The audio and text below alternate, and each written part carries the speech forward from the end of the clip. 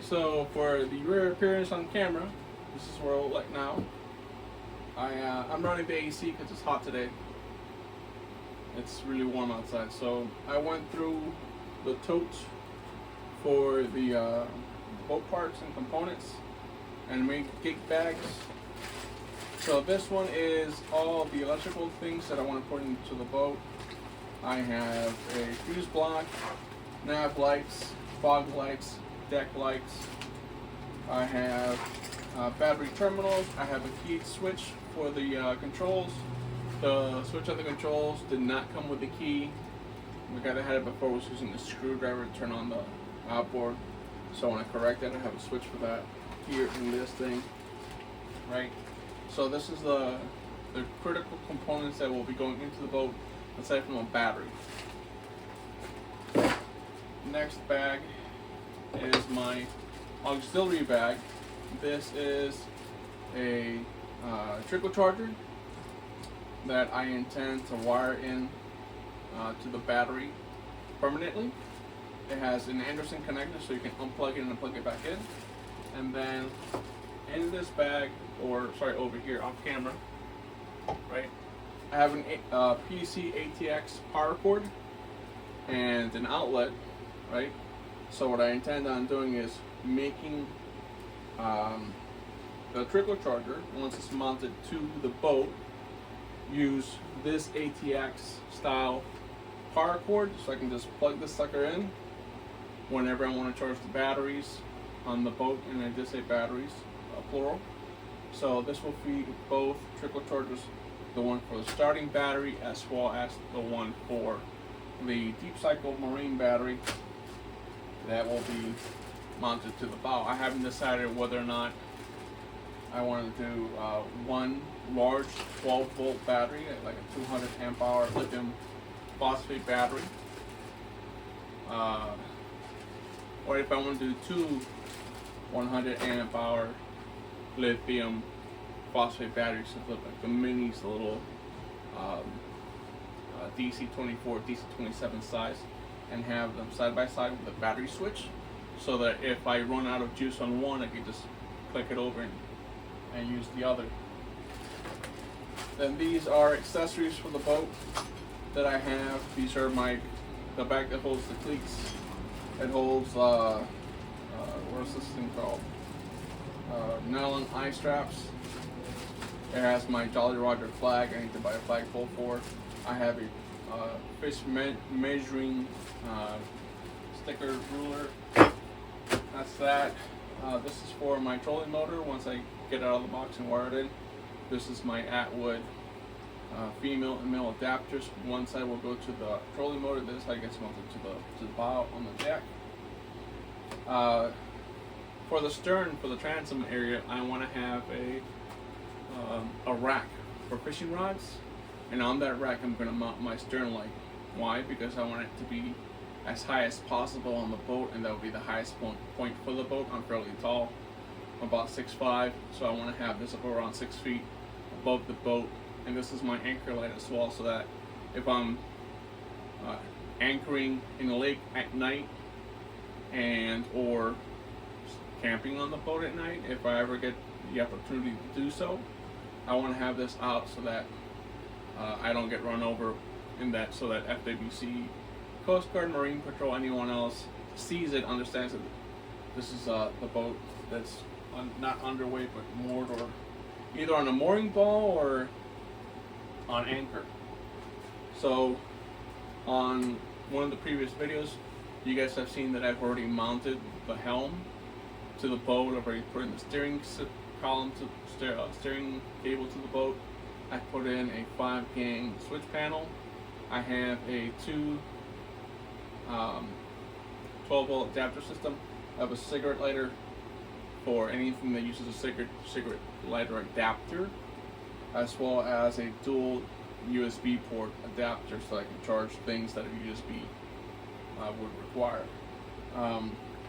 Most boats are run with 2 crank batteries, one deep cycle and one non, so that way the non-deep cycle battery will be the primary cranking battery, and then the deep cycle one is the backup. I don't intend on doing that because the boat is 14.5 foot long, and to add the weight of an additional battery in the stern when you have my heavy ass at 365 pounds in the back, plus the 125 pounds for the outboard, the jack plate, the cranking battery, 50 pounds of gas, the 6 gallons of gas is about 42 gallons plus whatever else. Just call it 50. So maybe an additional 200 pounds in the back plus me, right? The boat's gonna sit pretty low in the water in the transom area. So I want to mitigate as much of that as possible. So in case of an emergency, my ideal extra cranking battery is actually a jump pack. This one, to be precise, not sponsored by Sultan. This is just an off-brand Amazon charge pack. It was $40. I intend on buying another one once I get a job. The boat's not gonna hit the water, unfortunately, until my truck is fixed, because I have no way of towing it otherwise.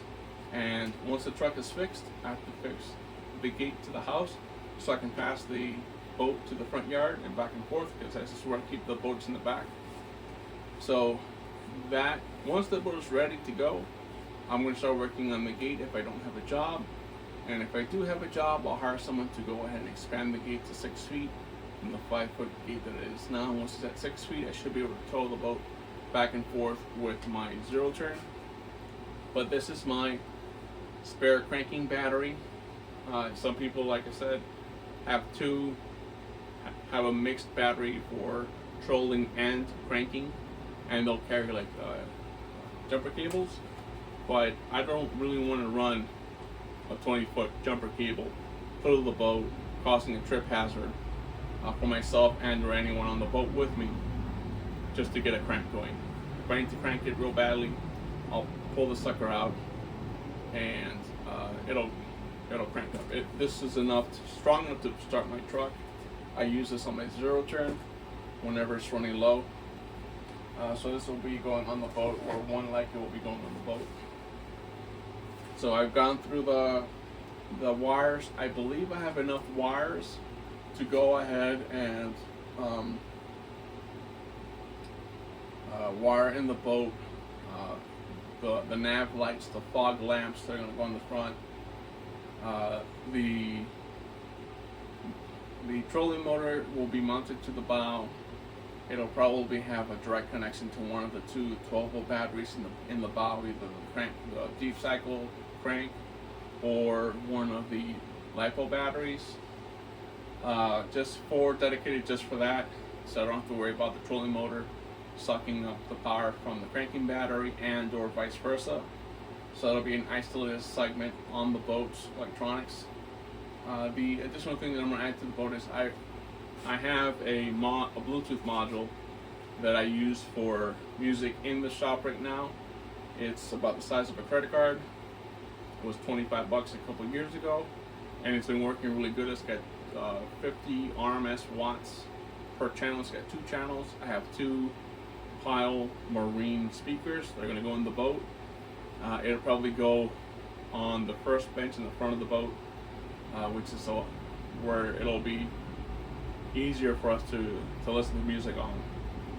And then I'm going to stream through Bluetooth, because it is a Bluetooth module, my phone through Pandora or Spotify or whatever one I want to use. Now, to mount my fuse block, as well as connect all the wires to make sure everything's nice and neat and tidy, and for it to be serviceable. And what I mean by serviceable is I want the panel that this is going to all mount to be removable from the boat in case I have to upgrade, replace, do any kind of dielectric greasing on the terminals if I notice any corrosion. I'm a large individual, and as you guys have seen, that helm that I built for it's really low and close to the boat, and for me to get under there, I'm not a contortionist, so I'm trying to make everything as easy on me as possible. And what I intend on doing is I have a 1/2 inch piece of plywood right here. that I'm going to square up the edges to this edge here. I think it's the factory edge, and it looks like it is. It's pretty straight. So I'm just going to square this up and reference this edge. And once I do that, I plan on rounding over the edges so that I don't have any sharp corners. I'm going to encapsulate this board with polyester resin and then mount it to the area under the helm. But before I do all that, I'm going to wire in. I'm going to mount the fuse block, the trickle charger, screw all this to the board, and then this will have a French cleat system on the back side, so that there's already a cross member under the helm that's screwed into the bench. This will sit on top of that, and then it'll get screwed to the bench itself. And this will be water resistant and waterproof. As we all know, that polyester resin is the resin used for laminating fiberglass. I don't see a need to fiberglass this to Ooh, Lord. I will not be fiberglassing this because it's not structural. This is just to hold electric components up and out of the way. And if the boat takes on water, high enough out of the water so that I can run the bilge.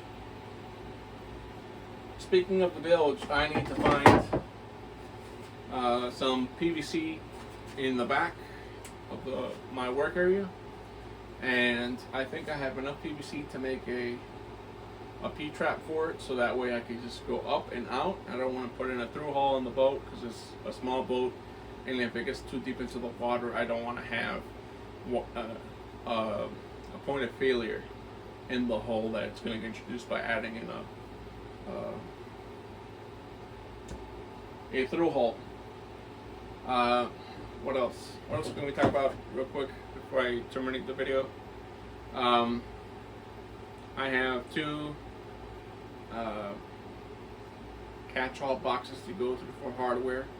I need to sort the AC electrical items away from the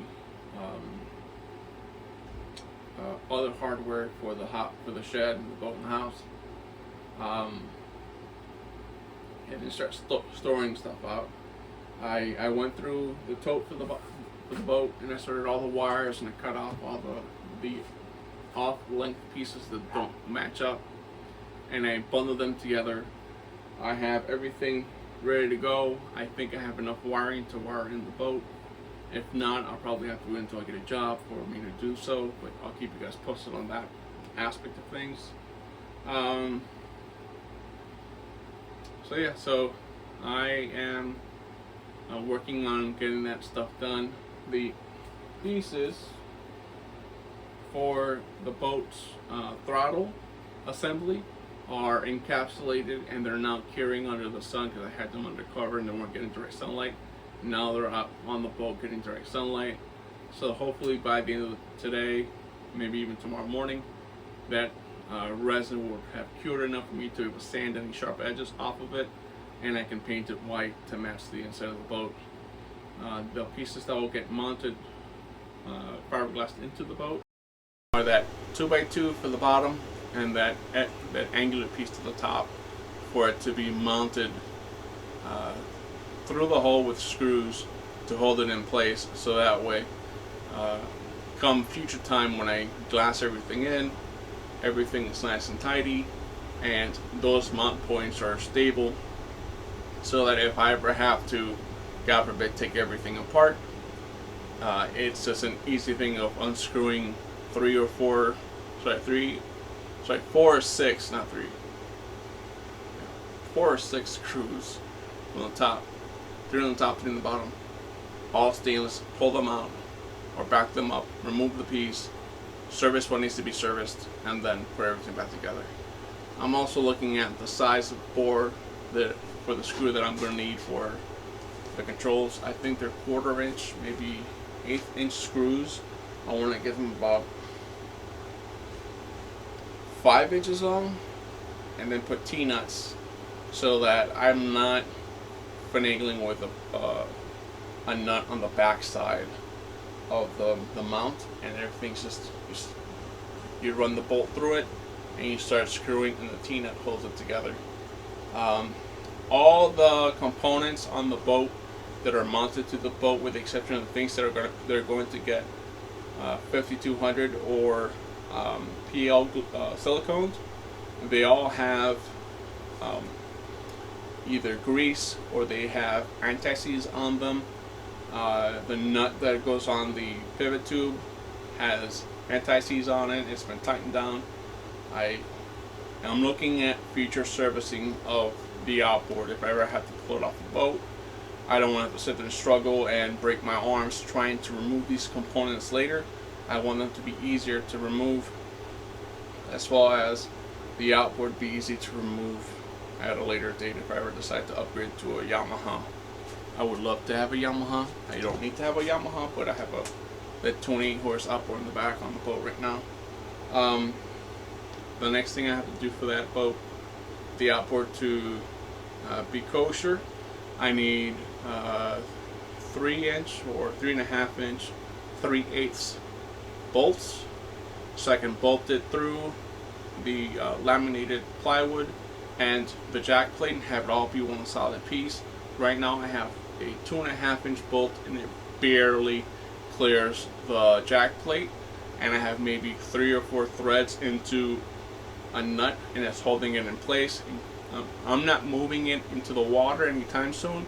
It's not there yet, but in the future I'm gonna have to put in bolts that are long enough and then take each bolt out individually for the jack plate and then tighten them down with either 350-200 or Loctite Marine or some sort of marine grade PL silicone, so I can tighten everything and not have to worry about the damn thing falling out or leaking water into the boat. So that's what I'm working on today, is getting stuff addressed. I need to look at making a list of pieces that are left to do on the boat. I know electrical is a big component. Once I have the electrical done, I need to look at retrofitting the gas tank that I have. There used to be a Mercury gas tank to the Johnson setup. I need to find the primer bulb that I have. I think I have a spare because the one I had to test the other outboard with, my little 9.5, the primer bulb broke, so I need to replace that. What else can I tell you guys about the boat that you guys don't already know? When I was mounting it and I was testing it to see if the shifters would work, I believe the linkage for the shift rod on the upper half of the outboard and the lower one, it's slid out.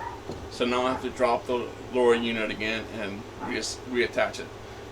It's a minor inconvenience, but it's a pain in the butt when you thought, like me, I thought I was ready to do a tank test, hooking things up, and still looking for my priming bulb and it's broken, and I look for the connectors and it's the wrong connectors, and then the gas that I have, even though it's ethanol free, it's already 6 months old, so now I have to go ahead and buy fresh gas and add in the 2-cycle oil that, even though it has a fuel stabilizer in it,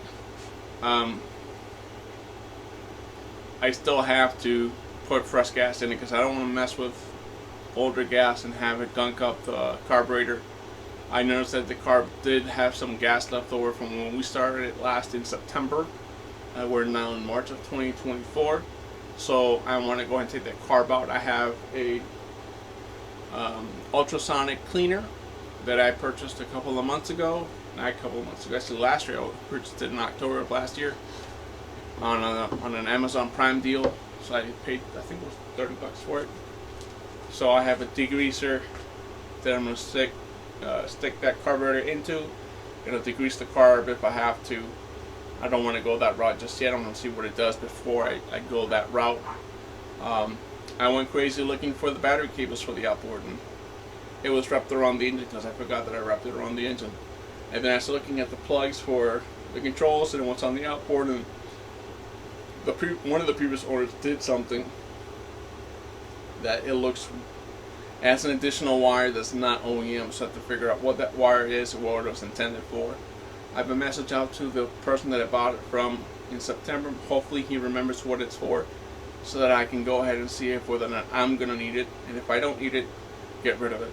And if it's needed, figure out a way to wire it into the loom so we can get things going.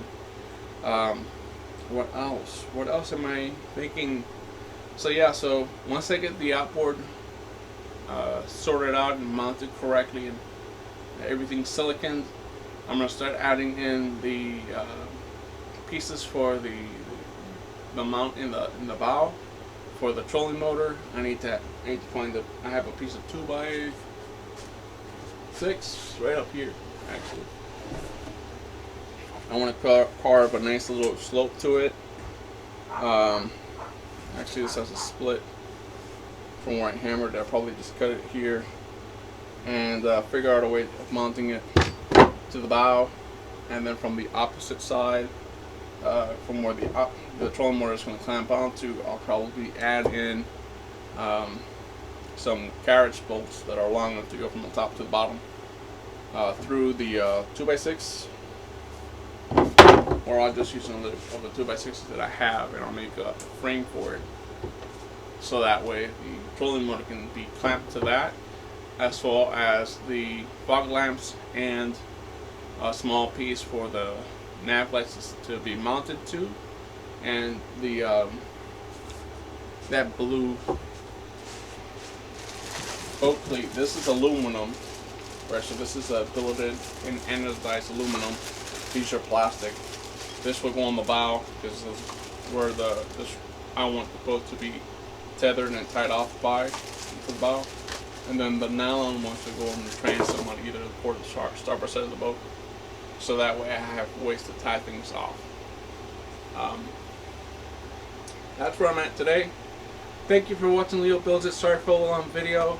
I am going to try to edit out the ends and the beginnings of the video and shorten the video out as much as I can for you guys, but I'm going to upload the raw copy of this because I don't have a way of editing footage based off of or filmed on my iPhone just yet.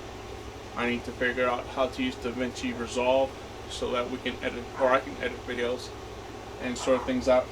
Sorry about the dog, sorry about the noise, sorry about the AC. Hope you guys understand. I'm in an air conditioning shed and I'm still sweating. Welcome to Florida, if you're not from here. Thank you for watching Leo Builds It. Please like, comment, and or subscribe. And an airplane.